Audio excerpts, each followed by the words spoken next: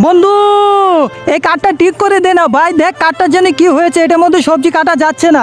বন্ধু, এই কাঠটা তো নষ্ট হয়ে গিয়েছে, এটার মধ্যে তো তুমি সবজি কাটতে পারবা না। এই দেখো কাঠটা একেবারে নষ্ট হয়ে গিয়েছে। তোমাদেরকে আমি দেখাচ্ছি, এই যে আমি রান্না দিয়ে একটু ফিনিশিং দিয়ে তোমাদেরকে দেখাচ্ছি, তোমরা দেখো। ওই দেখলে বন্ধু, কাঠটা একেবারে নষ্ট হয়ে গিয়েছে। তবে তুমি চিন্তা করো না, তোমাকে আমি একদম নতুন একটা শক্ত দেখে মজবুত দেখে একটা কাঠ বানিয়ে দিব। হ্যাঁ, এই কাঠটাই আমার বন্ধুর জন্য পারফেক্ট হবে। এখান থেকে আমি আমার বন্ধুর জন্য একটা কাঠ তৈরি করব। সবার প্রথমে এই কাঠটাকে আমার মাঝখান দিয়ে কাটতে হবে। এই কাঠটাকে আগে কেটে নিই, তারপর সবজি কাটার জন্য একটা সুন্দর কাঠ বানাতে হবে।